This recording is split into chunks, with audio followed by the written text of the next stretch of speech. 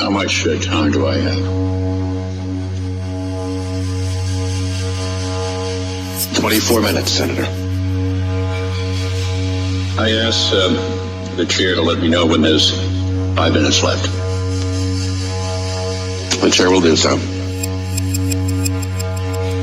Mr. President, it is now 10 after 5 on the 5th day that the Senate has been considering raising the minimum wage from $5.15 to $7.25 over a 2-year period. We have not, as we have heard in the course of this debate, raised it in the last 10 years.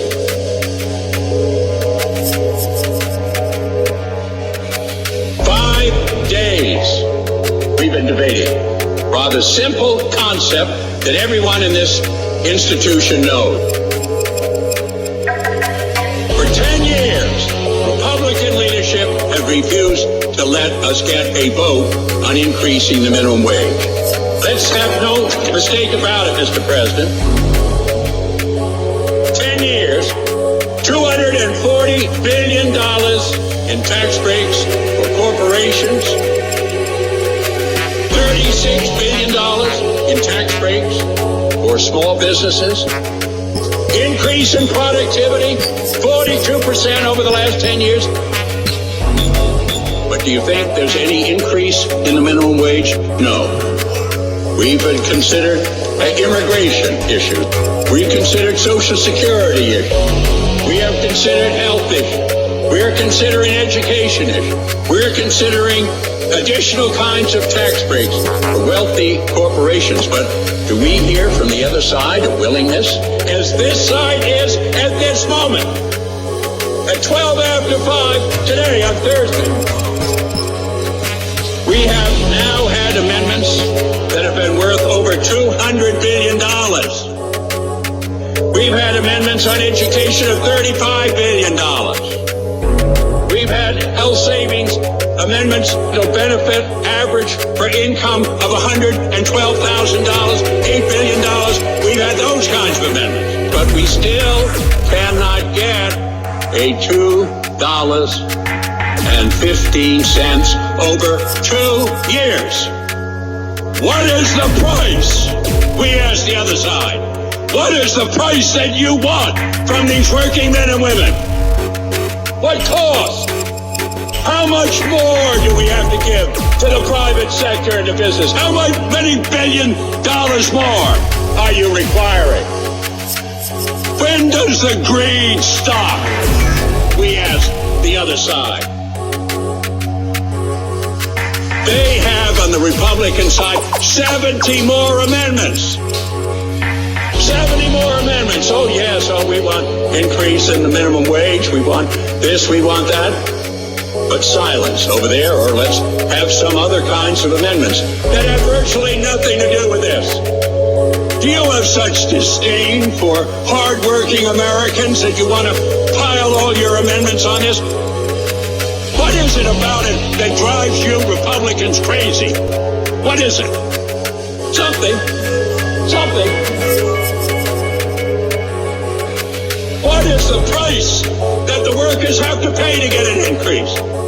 What is it about working men and women that you find so offensive that you won't permit even a vote? Denying the Senate of the United States the opportunity to express ourselves. We don't want to hear any more from that side for the rest of this session about permitting and not permitting votes in here. When you're denying on the most simple concept, an increase in the minimum wage, we don't want to hear any more about that. This is filibuster by delay. I've been around here long enough to know it when I see it and smell it.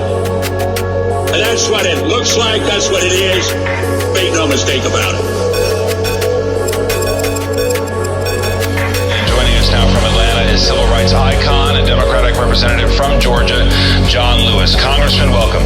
Thank you very much. I'm delighted to be with you. It's certainly a difficult day, I'm sure, for you as a friend and a colleague of Senator Kennedy's, and as a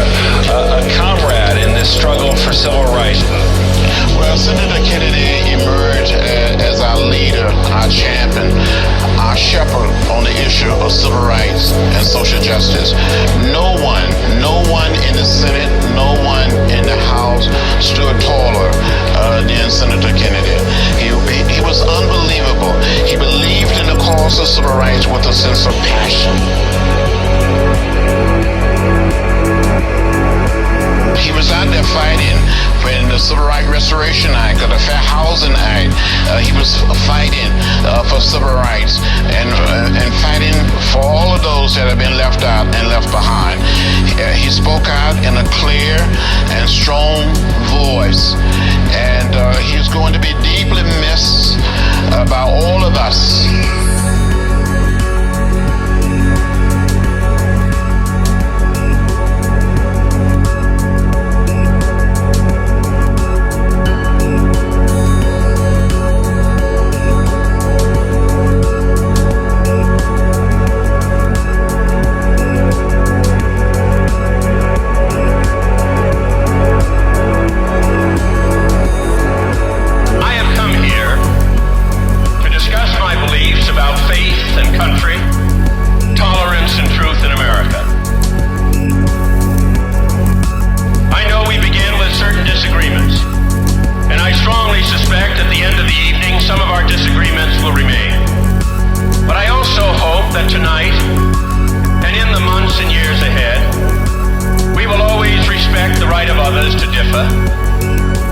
That we will never lose sight of our own fallibility, and that we will view ourselves with a sense of perspective and a sense of humor.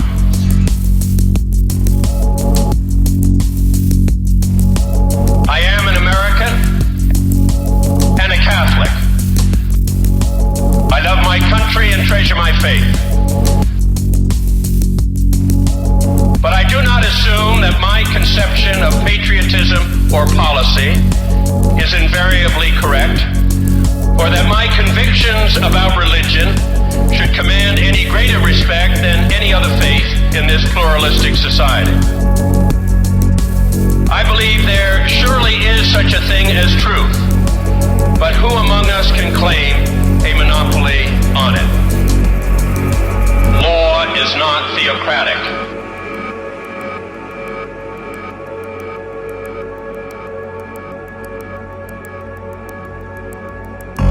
Transgression occurs when religion wants government to tell citizens how to live uniquely personal parts of their lives. The proper role of religion is to appeal to the conscience of the individual, not the coercive power of the state. I hope for an America where no president, no public official, no individual will ever be deemed a greater or lesser American because of religious doubt or religious belief.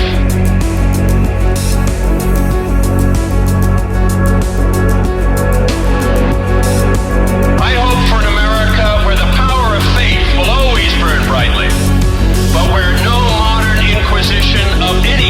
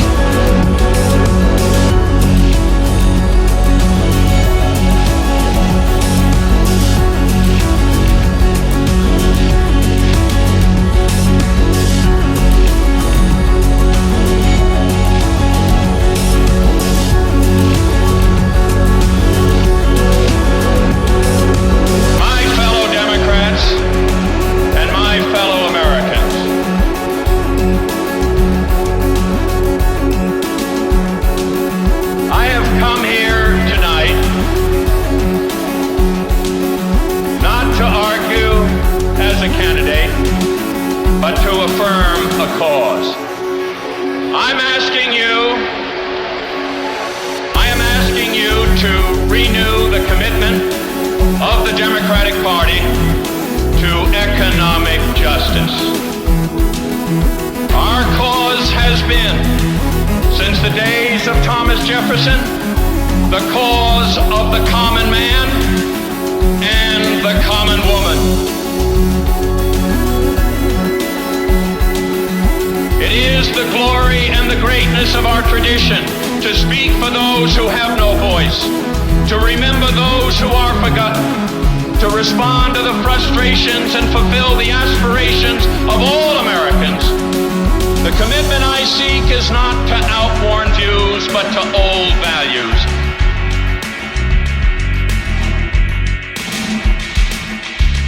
As Democrats, we recognize that each generation of Americans has a rendezvous with a different reality.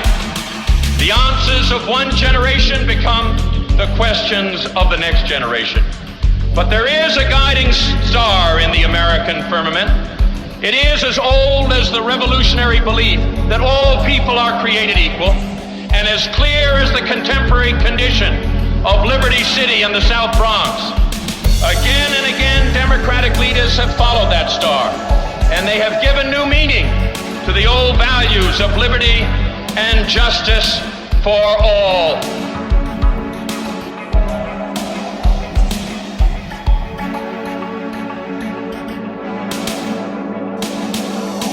We are the party of the new freedom, the new deal, and the new frontier. We have always been the party of hope. So this year, let us offer new hope.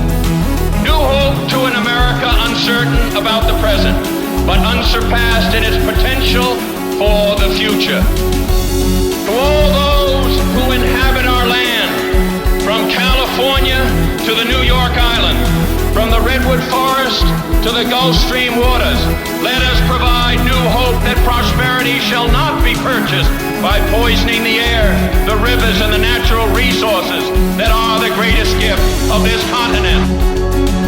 We must insist that our children and our grandchildren shall inherit a land which they can truly call America the Beautiful.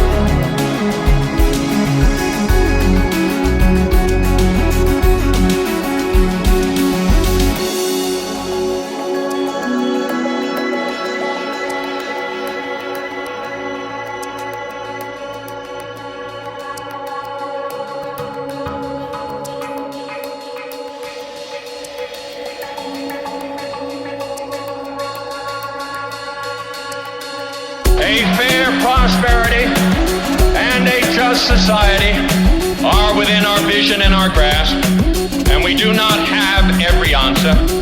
There are questions not yet asked, waiting for us in the recesses of the future. But of this much we can be certain, because it is the lesson of all of our history. Together, a president and the people can make a difference. I have found that faith still alive wherever I have traveled across this land. So let us reject the counsel of retreat and the call to reaction. Let us go forward in the knowledge that history only helps those who help themselves. There will be setbacks and sacrifices in the years ahead, but I am convinced that we as a people are ready to give something back to our country in return for all it has given to us.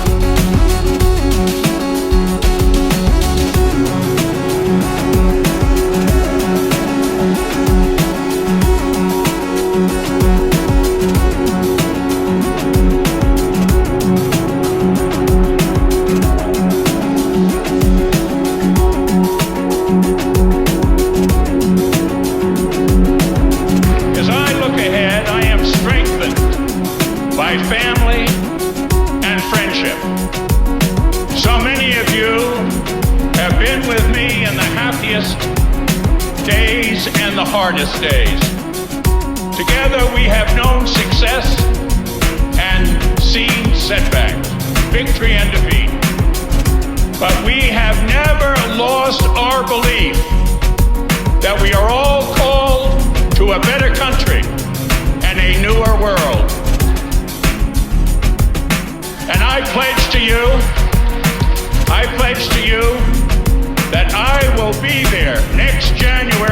the floor of the United States Senate when we begin the great... Thank you very much.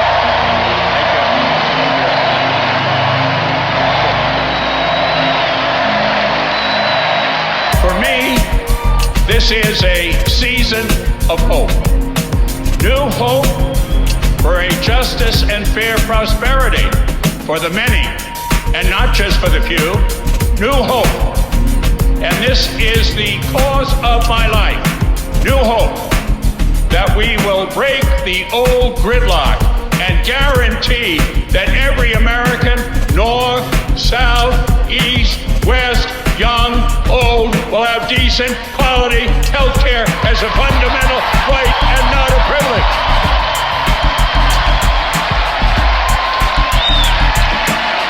We can meet these challenges with Barack Obama.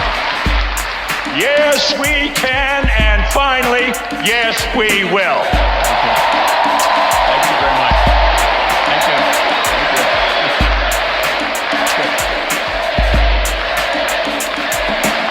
We are told that Barack Obama believes too much in an America of high principle and bold endeavor. But when John Kennedy thought of going to the moon, he didn't say it's too far to get there. We shouldn't even try.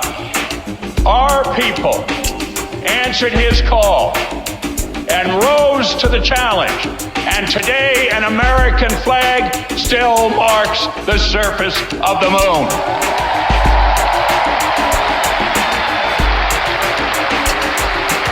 Yes, we are all Americans. This is what we do. We reach the moon. We scale the heights. I know it. I've seen it. I've lived it. And we can do it again. There is a new wave of change all around us. And if we set our compass true, we will reach our destination. Not merely victory for our party, but renewal for our nation. And this November, the torch will be passed again to a new generation of Americans. So with Barack Obama, and for you, and for me, our country will be committed to his cause. The work begins anew. The hope rises again, and the dream lives on.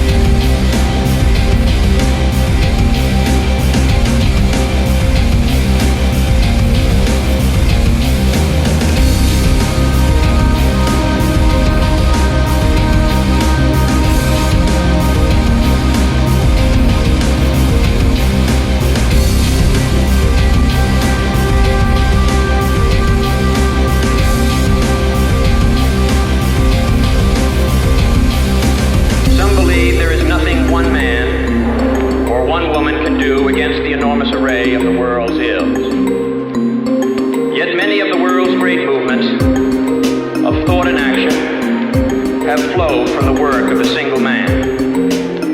A young monk began the Protestant Reformation. A young general extended an empire from Macedonia to the borders of the earth. A young woman reclaimed the territory of France. And it was a young Italian explorer who discovered the New World. And the 32-year-old Thomas Jefferson who reclaimed that all men are created equal. These men move the world, and so can we all. Few will have the greatness to bend history itself, but each of us can work to change a small portion of events. And in the total of all those acts will be written the history of this generation. Each time a man stands up for an ideal, or acts to improve the lot of others, or strikes out against injustice, he sends forth a tiny ripple of hope. And crossing each other from a million different centers of energy and daring, those ripples build a current that can sweep down the mightiest walls of oppression and resistance. Few are willing to brave the disapproval of their fellows, the censure of their colleagues, the wrath of their society. Moral courage is a rarer commodity than bravery in battle or great intelligence. Yet it is the one essential, vital quality for those who seek to change a world that yields most painfully to change. And I believe that in this generation, those with the courage to enter the moral conflict will find themselves with companions in every corner of the globe. For the fortunate among us, there is the temptation to follow the easy and familiar paths of personal ambition and financial success, so grandly spread before those who enjoy the privilege of education. But that is not the road history has marked out for us. Like it or not, we live in times of danger and uncertainty, but they are also more open to the creative energy of men than any other time in history. All of us will ultimately be judged, and as the years pass, we will surely judge ourselves on the effort we have contributed to building a new world society and the extent to which our ideals and goals have shaped that event. Our future may lie beyond our vision, but it is not completely beyond our control. It is the shaking impulse of America that neither fate nor nature, nor the irresistible tides of history, but the work of our own hands, matched to reason and principle, that will determine our destiny. There is pride in that, even arrogance, but there is also experience and truth. In any event, it is the only way we can live. My brother need not be idealized or enlarged in death beyond what he was in life. Be remembered simply as a good and decent man who saw wrong and tried to right it, saw suffering and tried to heal it, saw war and tried to stop it. Those of us who loved him and who take him to his rest today, pray that what he was to us, what he wished for others, will someday come to pass for all the world. As he said many times, in many parts of this nation, some men see things as they are and say, why? I dream things that never were and say, why not?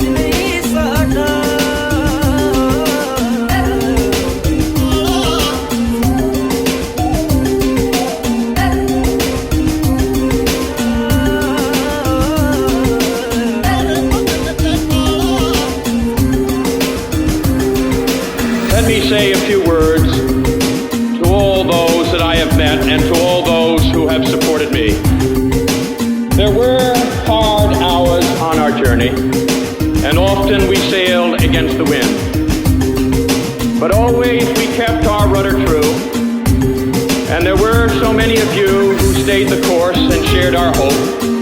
You gave your help, but even more, you gave your heart. And someday, long after the signs come down and the crowd stop cheering and the band stop playing, may it be said of our campaign that we kept the faith.